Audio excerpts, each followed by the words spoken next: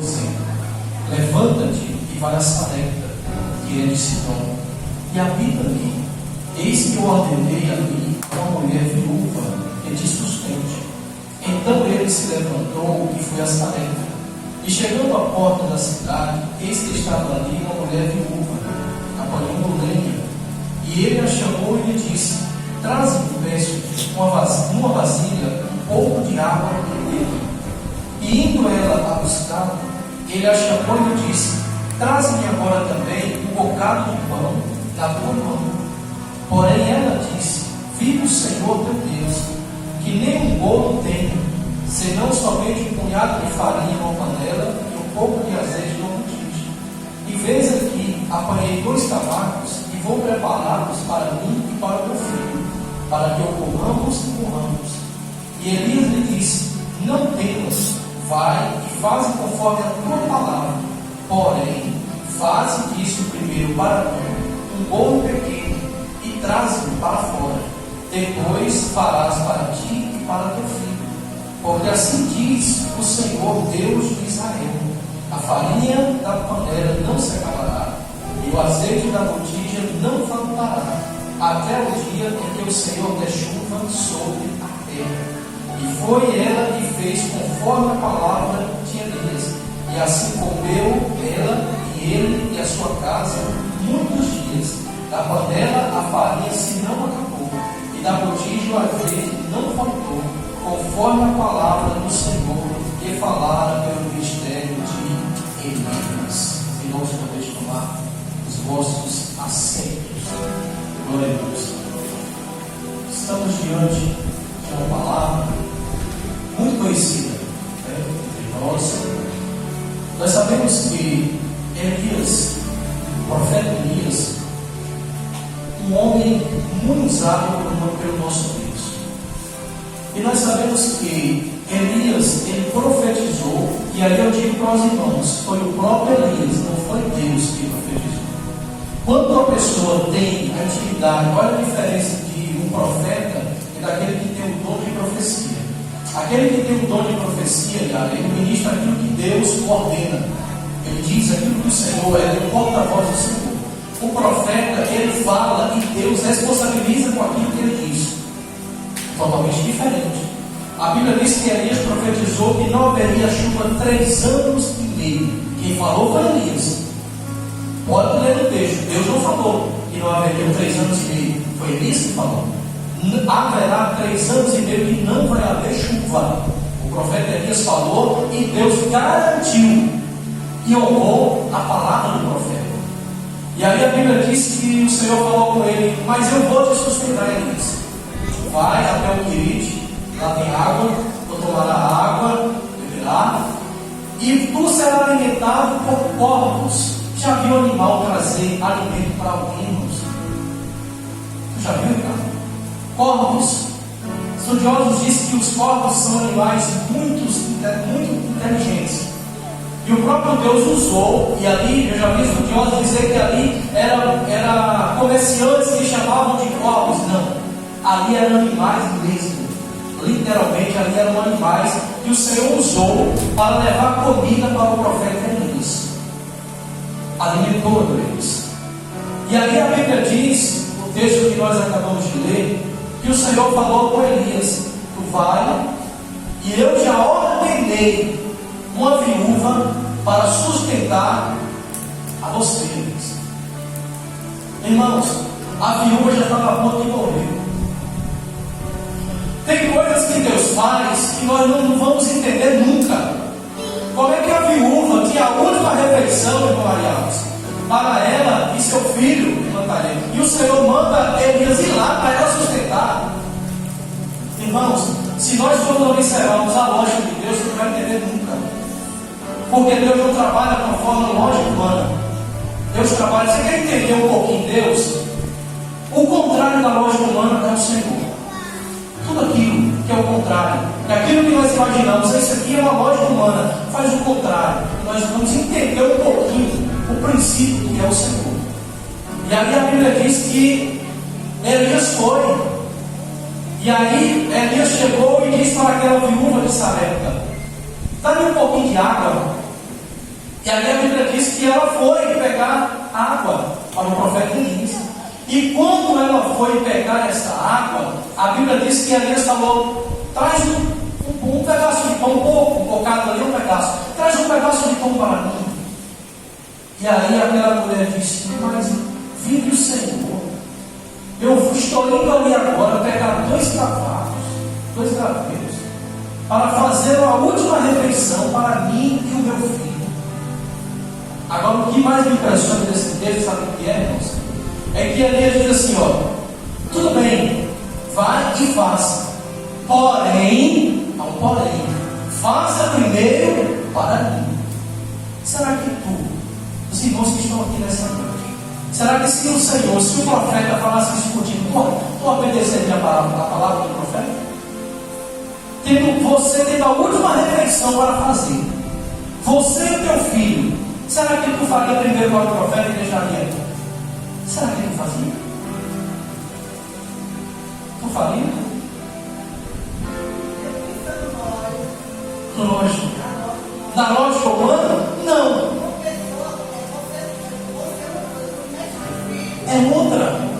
E ela falou isso. É onde já pensou seu filho, irmãos, sabendo que lá vai a minha última refeição.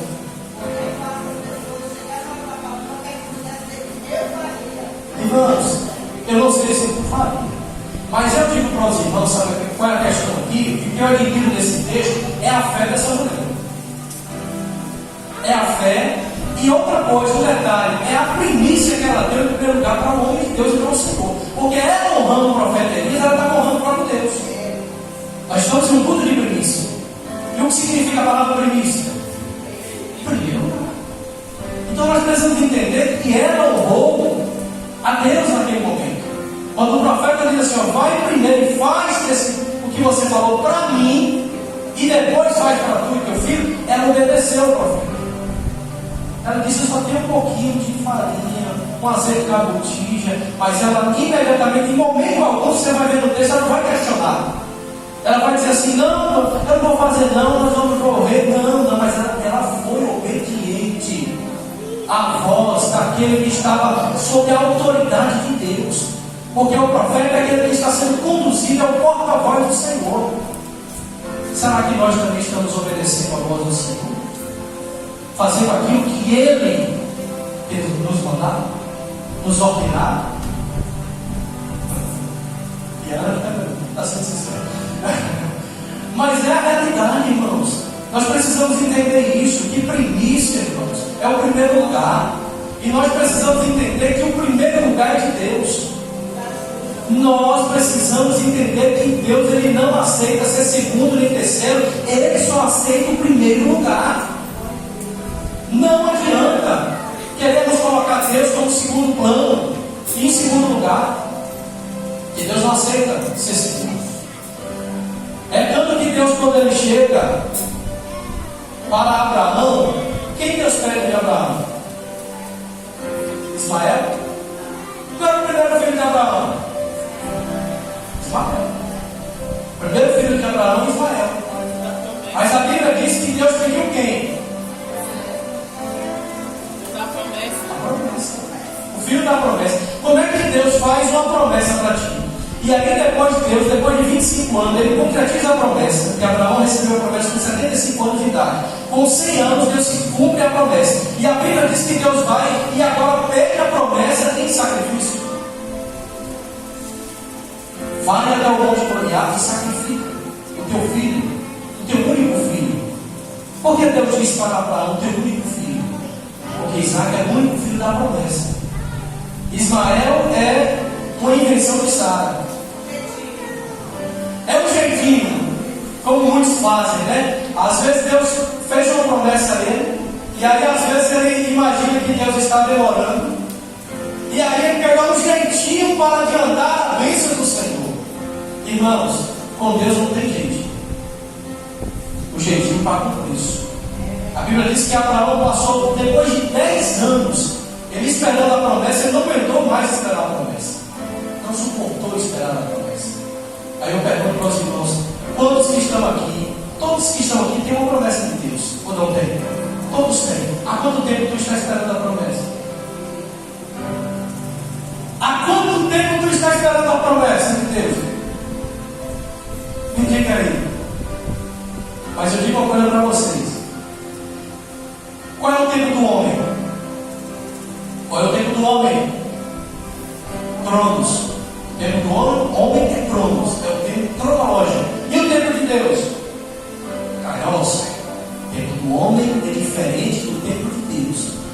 precisamos entender isso. E outra coisa, tem muitos que quando o tempo kairos, o tempo de Deus oportuno, está próximo, ele desiste.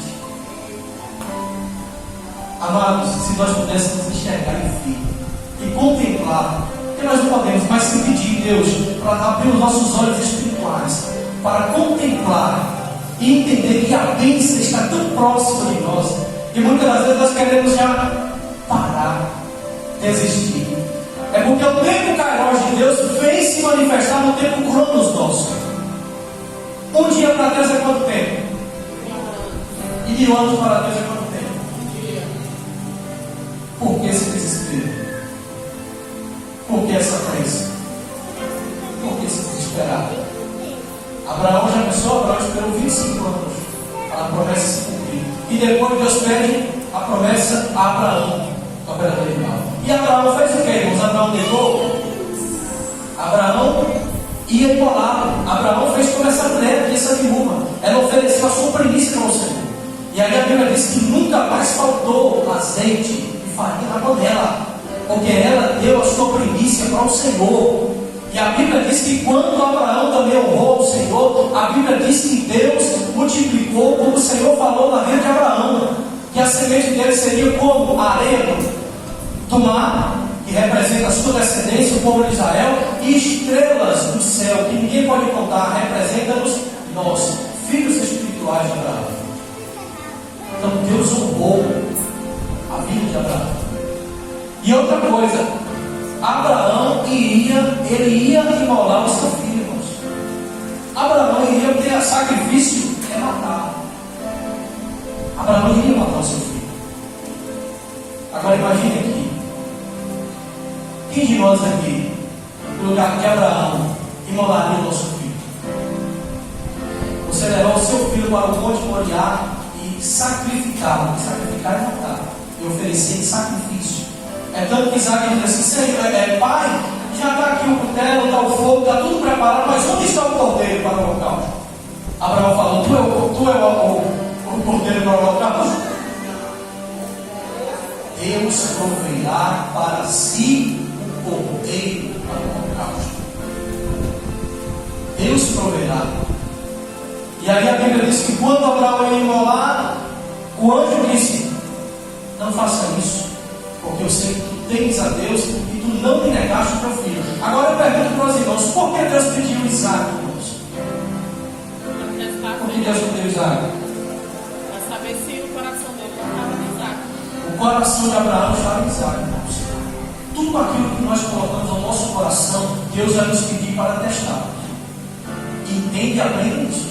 Tudo aquilo que o teu coração está focado naquilo, Deus vai pedir aquilo para ver se realmente você se ama mais a Ele do que a promessa.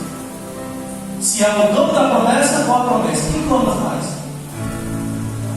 O pastor ou a bênção? A Bíblia diz assim: ó, o Senhor é o meu pastor e Ele não me faltará. Ainda que algumas traduções é tão vaga, diz assim: ó, e nada me faltará. Nada é muito vago, irmãos. A tradução original, o grego, diz: o Senhor é o meu pastor e Ele não me faltará. Quem não falta é o pastor, é o Senhor, não são as coisas. Vocês não passam por dificuldades, sim ou não? Não faltam as coisas, sim ou não? Mas o pastor falta? Deus vai faltar na tua vida? Nunca. Quem não falta é o pastor, mas as coisas faltam e vão faltar. Mas a Bíblia diz que Davi diz que eu fui moço e agora sou velho, mas nunca vi a descendência do justo o quê?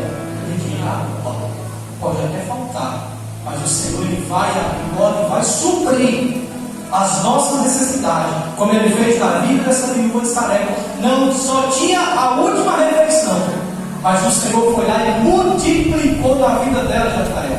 E a Bíblia diz que a farinha não faltou, o azeite não faltou mais, até que houve chuva sobre a terra. E a Bíblia diz que na vida de Abraão também da mesma forma, quando ele ofereceu o seu filho, ele ofereceu no coração, ainda que não imolou, mas no coração ele sacrificou.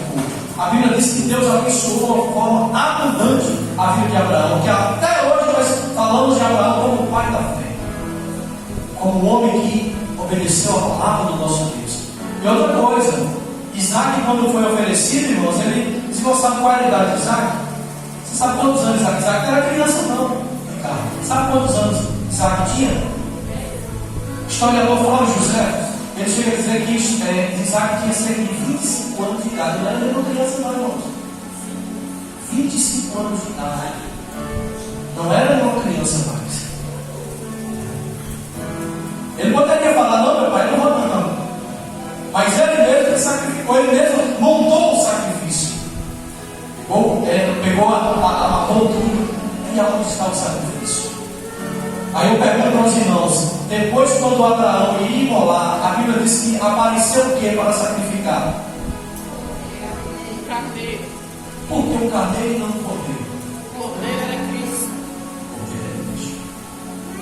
Abraão profetizou: Deus proverá para si o cordeiro. Aquele dia, Abraão estava profetizando a morte de Jesus Cristo como o cordeiro de Deus. É por isso que lá nos evangelhos Jesus diz assim: Abraão viu o meu dia e se alegrou. Que dia foi esse? O dia da cruz, da crucificação. Aí os judeus dizem assim: tu não tem nem 50 anos e viu Abraão? Aí Jesus disse: antes que Abraão existisse, eu sou. Jesus já estava ali no sacrifício. E nós precisamos entender isso, que quando nós oferecemos ao Senhor a nossa primícia, o nosso melhor, tenha a plena certeza que nada vai nos faltar nas nossas vidas. Nem o pastor, nada. As coisas vão fluir. Porque a Bíblia diz assim: ó, buscar em primeiro o quê? Reino de Deus e a sua justiça, e essas coisas não serão acrescentadas. E por que nós muitas vezes fazemos o contrário?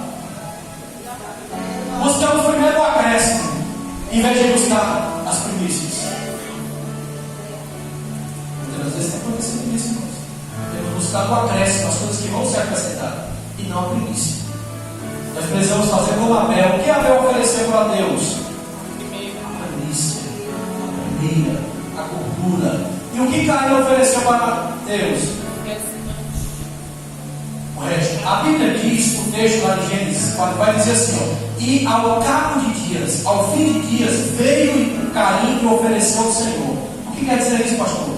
Depois que ele fez tudo para ele ofereceu para Deus.